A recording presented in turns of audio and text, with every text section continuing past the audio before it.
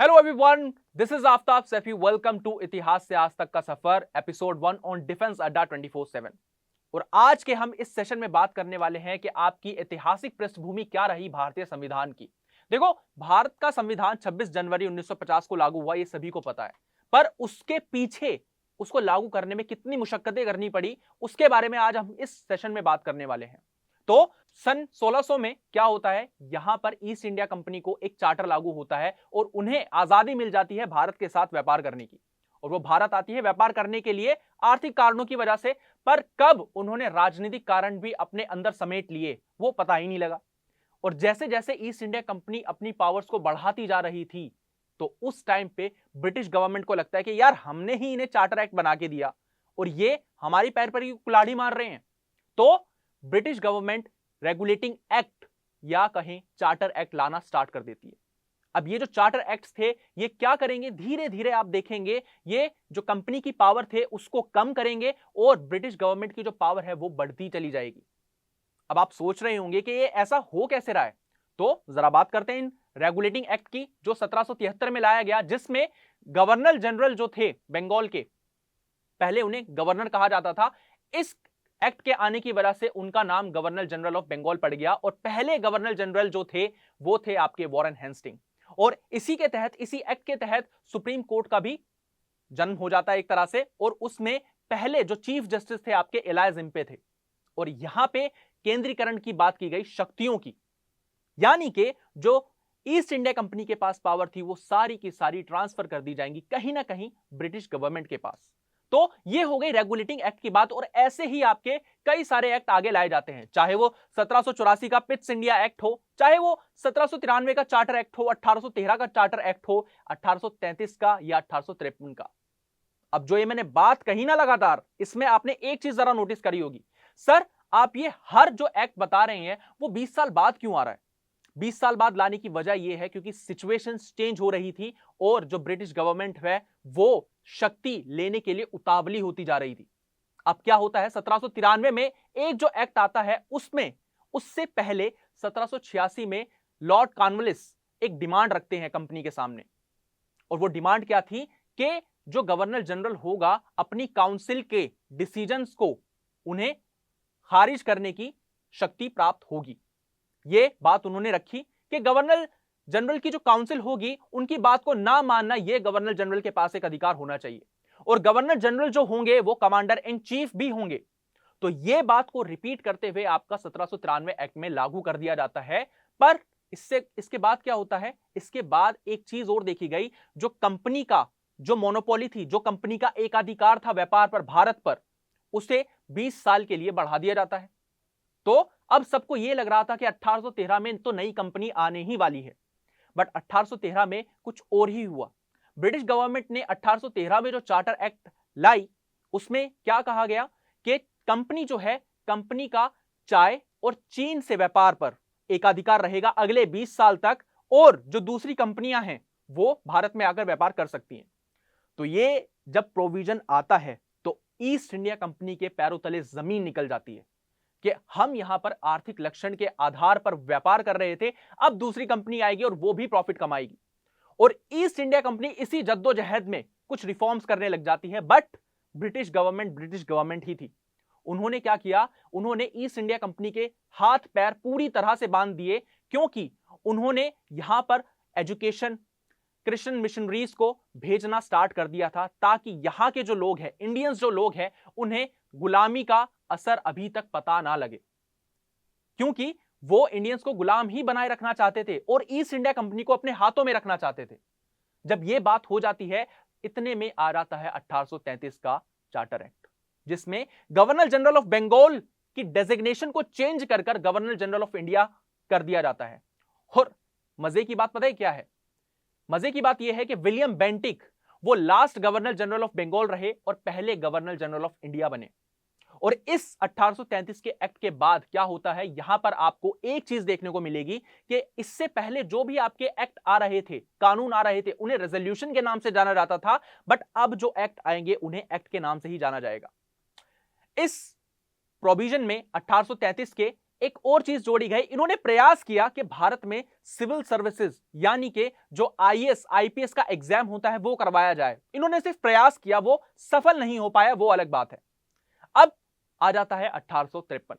1853 में यह देखा गया कि इंडियंस जो हैं वो डिमांड कर रहे थे कि हमें भी कुछ पावर्स चाहिए, तो इंडियंस को इंक्लूड करना लेजिस्लेटिव असेंबली में वो थोड़ा थोड़ा स्टार्ट हो गया था, बट अभी भी इंडियंस कोसों दूर थे अपनी पावर्स को लेने के लिए। और महज ईस्ट इंडिया कंपनी जो थी वो 1833 में ही एक प्रशासनिक ढांचा बनकर रह गई थी, प्रशासनिक बॉडी बनकर रह गई थी। अब उसके पास इतनी पावर्स नहीं थी जितनी ब्रिटिश गवर्नमेंट के पास। 1853 में जब 1853 के एक्ट के अंदर सिविल सर्विसेज को इंट्रोड्यूस किया जाता है तो 1854 में एक कमेटी बनती है जिसका नाम था मैकॉले कमेटी। मैकॉले कमेटी के बनने के बाद उसने भारत में सिविल सर्विसेज के एग्जाम को ट्राई करवाने की, और वो कहीं ना कहीं सफल भी रहे। उसके बाद क्या आता है, यहां से आप देखेंगे कंपनी का जो रूल है वो खत्म होना दिख जाता है, और जो आपकी ब्रिटिश गवर्नमेंट है, क्राउन रूल जिसे कहा जाता है, वो स्टार्ट हो जाता है कहीं ना कहीं। पर चीजें जैसी चलती हैं वैसी दिखती नहीं है। फिर आ जाता है 1857, और 1857 का जो विद्रोह था वो आप सभी को पता है। 1857 के विद्रोह के बाद चीजें एकदम बदली, क्योंकि जहां 1784 के पिट्स इंडिया एक्ट में डुअल सिस्टम ऑफ गवर्नमेंट को लाया गया था, उसे हटाकर यहां पर पूरा निरस्त कर दिया जाता है, और यहां पर जो गवर्नर जनरल ऑफ इंडिया था उसकी डेजिग्नेशन को चेंज कर वॉइस रॉय ऑफ इंडिया कर दिया जाता है। और भारत के पहले वॉइस रॉय कौन थे? लॉर्ड कैनिंग, ये ध्यान रखिएगा, ओके। और इसमें जब आप देखेंगे जो सेक्रेटरी ऑफ स्टेट थे उनको भी इंक्लूड कर दिया गया। भाई वॉइस रॉय हैं, उनको असिस्ट करने के लिए कोई सेक्रेटरी ऑफ स्टेट भी तो चाहिए ना, और सेक्रेटरी ऑफ स्टेट को असिस्ट करने के लिए 15 मेंबर्स की बॉडी बना दी गई। चलो ये तो बात हो गई आपके 1858 के एक गवर्नमेंट ऑफ इंडिया एक्ट की, जो कि 1857 के विद्रोह के बाद डायरेक्ट लाया गया। अब क्या होता है, अब यहां पे अभी हमने देखा कि 20-20 साल में एक्ट आ रहे थे ना, अब नहीं आएंगे, क्योंकि अब क्या हो रहा है, अब ब्रिटिश गवर्नमेंट की डिमांड ये थी कि अब कैसे ना कैसे करके ईस्ट इंडिया कंपनी को तो हम ठिकाने लगा चुके हैं, अब भारतीय जो पावर्स की, जो शक्तियों की डिमांड कर रहे हैं, उन्हें एक थाली में मीठा खाना परोसा जाए, ताकि वो उनको लगे कि हम पावर्स उनको दे रहे हैं, बट एक्चुअल में पावर्स उनके पास जाएगी ही नहीं, ओके। तो 1861 में एक एक्ट आता है, और उस एक्ट में क्या कहा गया? उस एक्ट में कहा गया कि भाई जो भी गवर्नर जनरल ऑफ बंगाल के पास पावर्स थी वो सारी किसके पास चली जाएंगी? जो भी आपके मद्रास और बॉम्बे के जो गवर्नर थे उनसे जो 1773 में पावर्स ली गई थी वापस उनको ट्रांसफर कर दी जाएगी। ये तो हो गई पावर्स की बात, और इसमें इंडियंस को इंक्लूड करके यह दिखाया गया कि भाई देखो, हम तो आपके लिए काम कर रहे हैं, बट क्या आप हमारे लिए काम कर रहे हैं? वहां पे sir Dinkar Rao, Maharaja of Patiala, Raja of Banaras, इन तीनों को इंपीरियल लेजिस्लेटिव काउंसिल में ऐड कर लिया गया। अब जब ऐसी चीजें होती हैं तो भारतीय तो खुशी हो गई ना कि हमें यार कहीं ना कहीं ब्रिटिश गवर्नमेंट के साथ काम करने को मिल रहा है, बट काम करने के लिए क्या मिल रहा था? कुछ भी नहीं। एक्चुअल में यही सिचुएशन थी। इसमें पोर्टफोलियो सिस्टम भी लाया गया। एक पोर्टफोलियो सिस्टम में क्या था? पोर्टफोलियो सिस्टम में डायरेक्टली यह बताया गया कि एक व्यक्ति एक से ज्यादा पद पर हो सकता है और वो डिसीजंस ले सकता है, और ऑर्डिनेंस इशू करने की बात भी यहां पर वॉइसरॉय को प्रोवाइड कर दी गई। 1861 से डायरेक्ट कूदते हैं हम 1892 के काउंसिल एक्ट पे, जिसमें एक स्लोगन तो बहुत ही ज्यादा मशहूर हुआ, जो था नो टैक्स विदाउट रिप्रेजेंटेशन। आखिर ये क्या था यार? इंडियंस जो है वो डिमांड कर रहे हैं कि कोई टैक्स ना हो विदाउट रिप्रेजेंटेशन के। ऐसा क्यों? जब इंडियंस को पावर मिल रही थी तो वो ऐसी डिमांड क्यों करेंगे? क्योंकि 1885 में कांग्रेस बन चुकी थी, और कांग्रेस को लग रहा था कि उनको वो चीजें नहीं मिल रही हैं जो ब्रिटिश गवर्नमेंट को देनी चाहिए। 1892 के काउंसिल एक्ट में कहीं ना कहीं उन चीजों को बढ़ाया जाता है।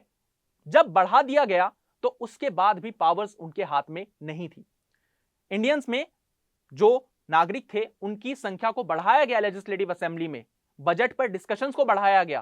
क्रिटिसाइज कर सकते थे आप, लिमिटेड क्रिटिसिज्म था अभी तक, पर अभी भी वो मामला सामने नहीं आया। अब क्या होता है?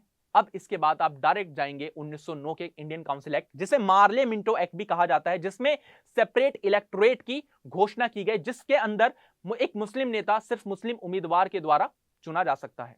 मतलब एक मुस्लिम उम्मीदवार जो होगा वो सिर्फ मुस्लिम जनता के द्वारा ही चुना जाएगा।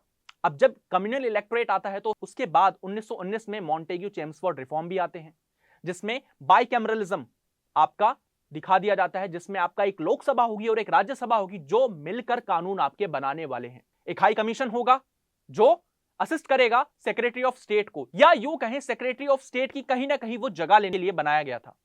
और इसमें स्टेट्स और जो आपके सेंटर थे उसमें पावर्स को डिवाइड कर दिया गया था बहुत सारे सब्जेक्ट्स में। तो एक तो हो गई ये बात, इसे हटाओ। उसके बाद 1935 के एक्ट में 1919 से 1935 के बीच में हालांकि बहुत सारी चीजें हुई थी, बट 1935 के एक्ट में आती है मेन इंपॉर्टेंट बातें जो कि भारतीय संविधान में इंक्लूड की गई। और आज आपको जानकर शायद हैरानी हो, जो भारतीय संविधान है उसका 75% भाग आज भी कहीं ना कहीं गवर्नमेंट ऑफ इंडिया एक्ट को कहा जाता है। ऐसा क्यों कहा जा रहा है भाई? उसका रीजन यह है कि जो गवर्नमेंट ऑफ इंडिया एक्ट है उसने फेडरल स्ट्रक्चर की बात की, उसने आपकी सेंट्रल लिस्ट, स्टेट लिस्ट और कॉन्करेंट लिस्ट तीनों को बनाया, और उसके अंदर जो अवशिष्ट शक्तियां थी वो वॉइसरॉय को प्रदान कर दी। चलो ये तो आप कॉन्स्टिट्यूशन में पढ़ते ही हैं, ये तो हो गई इसकी बात। अगर मैं दूसरी बात करूं, दूसरी बातें क्या थी इसमें? UPSC, SPSC, state public service commission, union public service commission, इनको बनाया गया। आरबीआई का गठन किया गया, सुप्रीम कोर्ट बनाया गया। तो सारी चीजें जब बन रही थी, सब कुछ अच्छा चल रहा था, तो हमने क्या किया कि यार हम 200 साल से क्या कर रहे हैं, हम ब्रिटिशर्स को फॉलो कर रहे हैं। तो इनका ही पार्लियामेंट्री सिस्टम हमें बहुत बढ़िया लग रहा था, क्योंकि यूएसए ने कभी हम पर अपना अधिकार दिखाया नहीं था। शायद अगर यूएसए अपना अधिकार दिखाता तो हम प्रेसिडेंशियल ऑर्डर भी एक बार को देख लेते, पर हमने ज्यादा प्रेफरेंस दी आपने पार्लियामेंट्री सिस्टम ऑफ गवर्नमेंट को। और जब इसको हम प्रेफरेंस देते हैं तो उसके बाद पता चलती है अगली बात, और वो अगली बात क्या थी?